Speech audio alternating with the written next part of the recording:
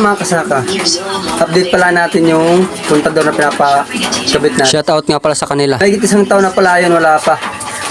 Tagal na ng proseso na yun. Pag pumupunta ako sa kanila, tinuturo-turo lang ako kahit kaninong mga sekretary niya dyan, mga staff niya, para lang daw dun ako magtanong kung ano na nangganap sa kontador na pinapakabit namin. Hanggang ngayon po, 2026 na, ay wala pa rin. Ito pa lang po nakabit sa amin, oh, mga kasaka. Yan pa lang po, wire pa lang po kabit sa amin. Yan. Kailan pa kaya kami mga kasaka makakabitan ng kontador dahil uulan na ngayon. Siyempre, gagamit tayo ng washing. Kailangan natin ng washing kasi may pasok ako, hindi ako makakapaglaba ng masyado. Kaya yung mga gamit ng bata, kailangan talaga mawashing yun. Kasi hindi kayo makakapaglaba kasi siya, mga anak, at ako naman, estudyante pa.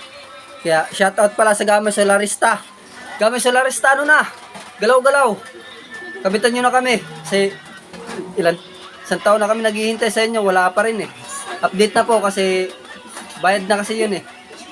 Fully paid na yun. Kaya sana gumalaw-galaw na kayo mga Gamay Solarista.